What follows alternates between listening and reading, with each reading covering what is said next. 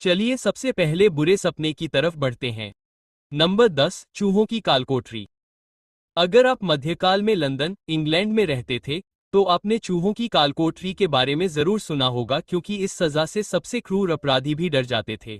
यह एक कोठरी थी जो लंदन टावर के सबसे नीचे थी, जहां कैदियों को पूरी तरह से अंधेरे में जंजीरों और बेड़ियों में जकड़ा जाता था। लेकिन यहाँ एक बात और है कि कालकोठरी पास की नदी से जुड़ी हुई थी और नदी के पानी के ठीक नीचे थी। इसलिए जब पानी का स्तर बढ़ता था, तो नदी के किनारे रहने वाले सभी चूहे अपने आश्रयों से बाहर निकल जाते थे और नदी के किनारे तैरने के लिए मजबूर हो जाते थे। यह भूखे और गुस्से में चूहों को कालकोठरी के प्रवेश द्वार की ओर ले जाता था, जहां उनका आमना सामना कैदी से होता था।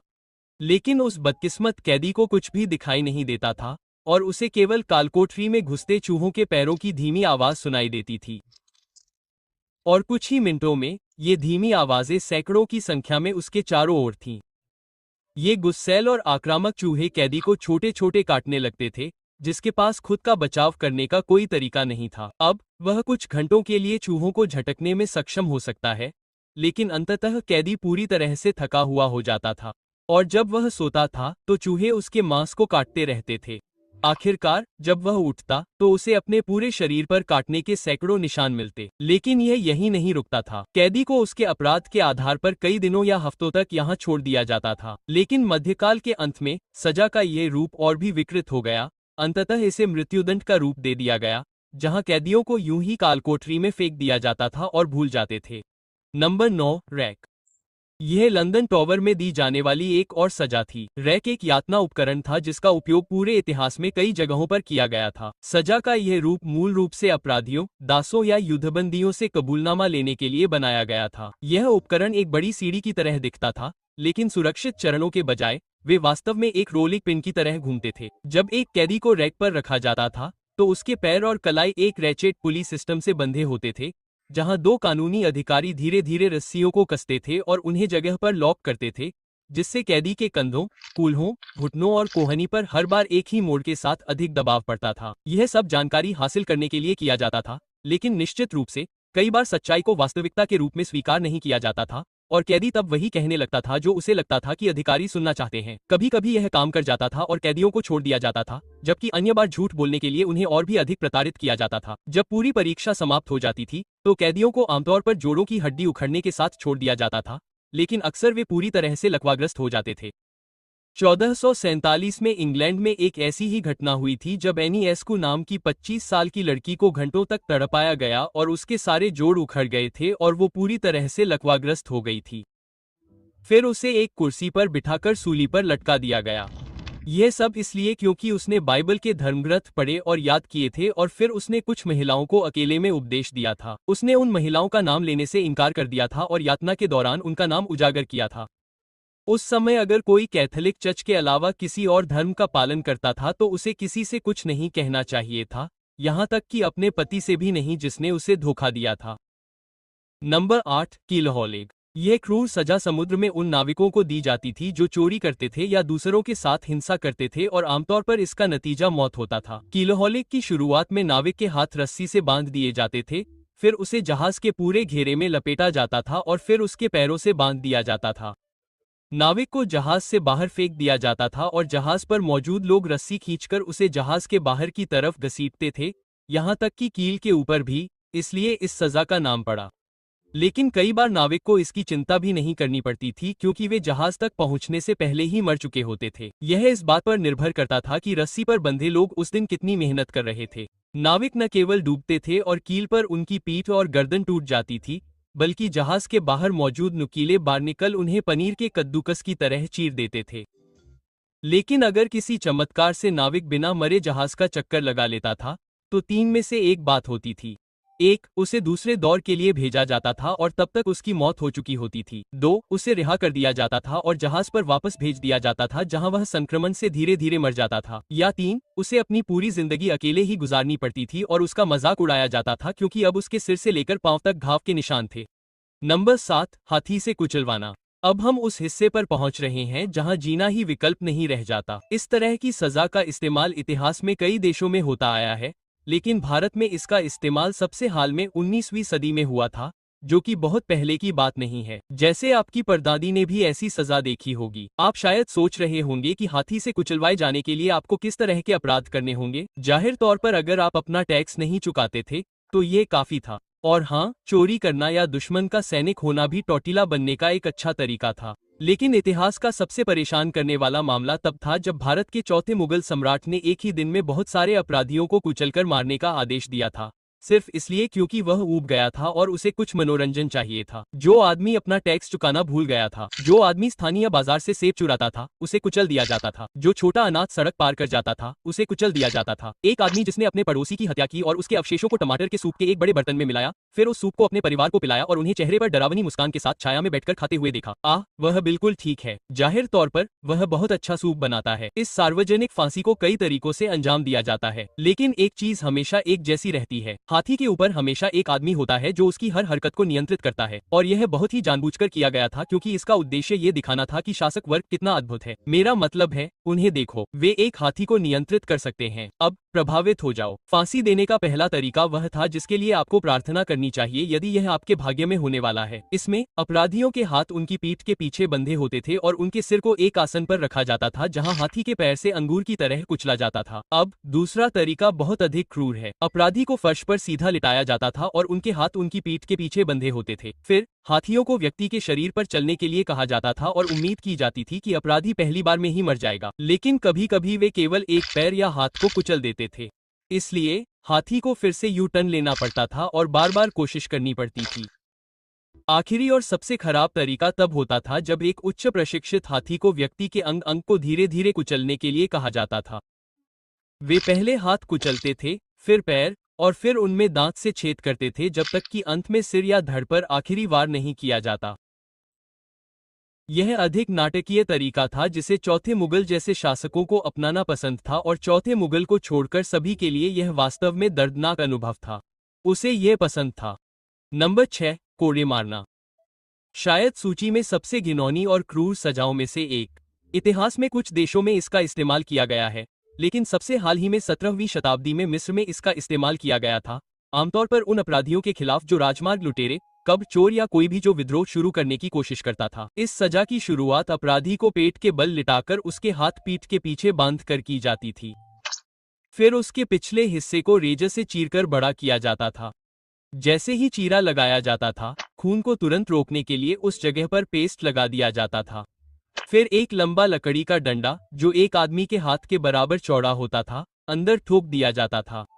फिर लकड़ी के डंडे को हथौड़े से मारना शुरू किया जाता था, जिससे वह अंदर तक घुसता जाता था। और हाँ, इस प्रक्रिया को आसान बनाने के लिए डंडे पर पहले से ही तेल लगाया जाता था, और जब डंडा अपराधी के कंधे, सिर या मुंह से बाहर आ जाता था तो वह मर चुका होता था। फिर उसे किसी व्यस्त सड़क के किनारे हैलोवीन की सजावट की तरह रखा जाता था, ताकि सबको याद रहे कि कानून तोड़ने पर ऐसा ही होता है। उसे पूरे दिन वहीं छोड़ दिया जाता था और अगली सुबह उसके शरीर से बदबू आने से पहले ही उसे हटा दिया जाता था। लेकिन रुकिए, इसका एक और तरीका भी है। आप देखिए, कुछ मौकों पर अपराधियों को बस इतना ही गहरा धक्का दिया जाता था कि वे अपनी जगह पर ही रह जाएं, लेकिन इतना भी नहीं कि उनकी तुरंत मौत हो जाए। वे ऐसा करने के लिए खूंटे गाड़ते थे, जिनमें एक खास तरह की जगह होती थी, ताकि व्यक्ति और नीचे न गिर जाए।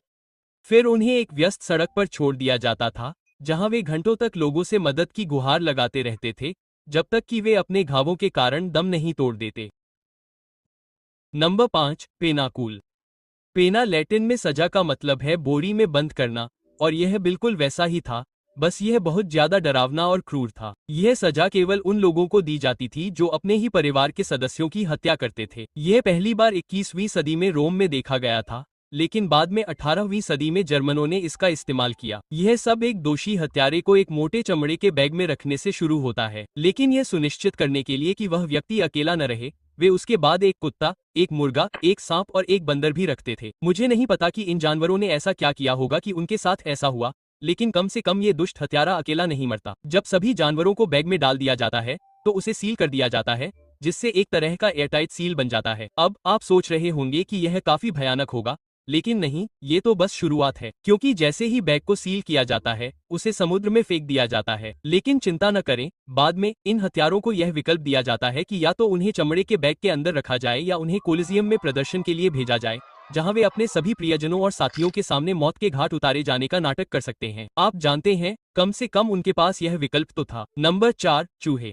यह मानव इतिहास की सबसे भयानक सजाओं में से एक है और इसमें चूहों का इस्तेमाल होता है। मैं यहाँ उनमें से 2 के बारे में बताऊंगा क्योंकि वे बहुत समान हैं। सजा के इस रूप का पहली बार उपयोग 1568 में 80 साल के युद्ध के दौरान हुआ था।